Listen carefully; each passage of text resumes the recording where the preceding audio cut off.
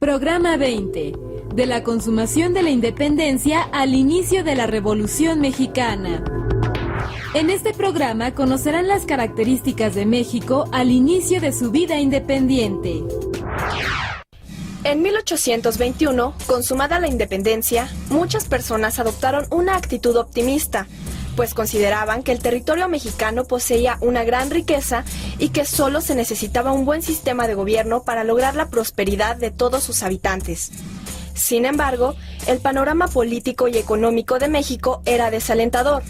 Durante las primeras décadas de vida independiente, se adoptaron diversas formas de gobierno, pero todas ellas enfrentaron graves problemas. La inestabilidad se apoderó del país debido a los constantes conflictos armados y a la instauración de numerosos gobiernos. México inició su vida independiente en bancarrota. El sistema para el cobro de impuestos era ineficiente y se disponía de pocos recursos para afrontar los compromisos más apremiantes, como el pago de sueldos a burócratas y miembros del ejército. La inexperiencia de los nuevos gobernantes impidió la reorganización de la hacienda pública y fomentó el endeudamiento. El territorio que abarcaba el país al inicio de su vida independiente era enorme y estaba mal comunicado. La falta de vías de comunicación y medios de transporte eficientes dificultaron la organización del país.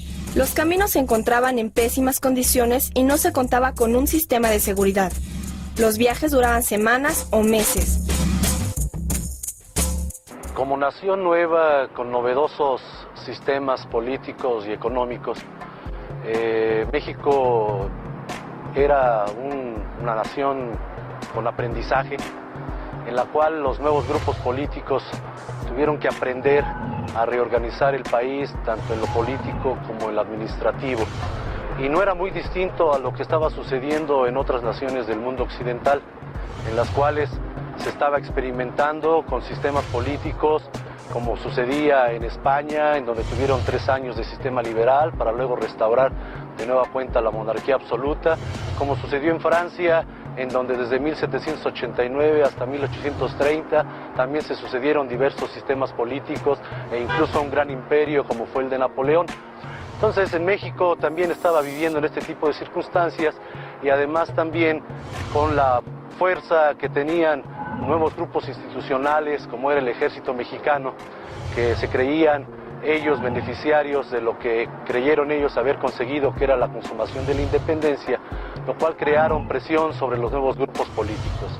Además de ello, también existió pues el arrasamiento que trató de hacer del país los grandes imperios, entre ellos Inglaterra, que por medio de préstamos, por medio de inversión productiva, trató de presionar a México en su beneficio. Y también tenemos, bueno, pues la presión de los españoles, los cuales incluso en 1829 trataron de nueva cuenta de reconquistarnos, pero gracias a una rápida expedición militar dirigida por Antonio López de Santana y Mier y Terán, pues se logró quitar ese fantasma de la reconquista mexicana. Así que eso fue lo que sucedió en México, un gran aprendizaje, una crisis que fue también su contraparte, la enseñanza que trajo todos estos acontecimientos en el país. En este periodo visitaron el país muchos viajeros de otros países.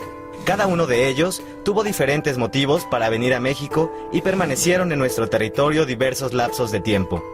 Entre los visitantes hubo empresarios, diplomáticos, aventureros y artistas como el pintor Johann Moritz Rugendas, quien plasmó en su obra aspectos del paisaje en esa época. Otros, como el diplomático inglés Henry George Ward, dejó por escrito sus impresiones del panorama político mexicano. Las obras de estos personajes representan un invaluable legado que nos permite conocer diversos aspectos de los mexicanos de aquel tiempo. Una de las principales riquezas de estos libros e imágenes son las descripciones de los diferentes sectores de la sociedad y las costumbres del país. De esta época datan las primeras imágenes de zonas arqueológicas como las mayas, pues algunos extranjeros se interesaban por conocer la historia y la cultura mexicana.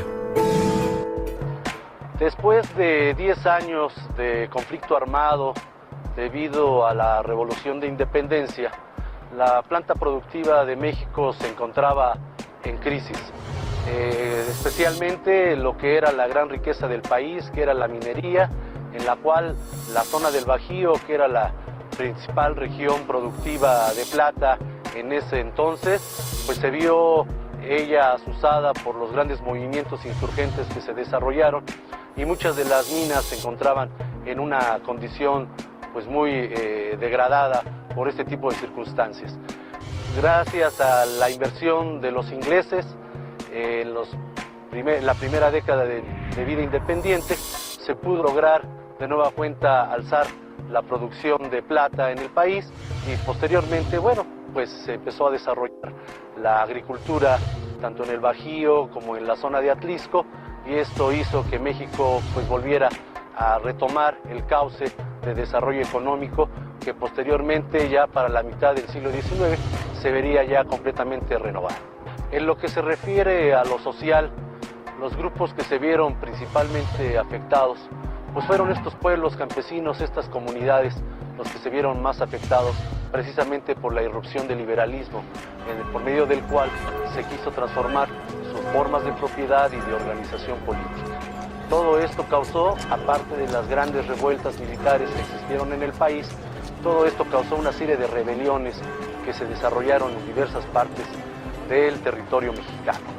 Una de las principales de ellas fueron las rebeliones de los pueblos yaquis, los cuales desde 1824 hasta las finales del Porfiriato estuvieron constantemente ellos en rebeldía y tratando de defender sus formas comunales de propiedad, así como también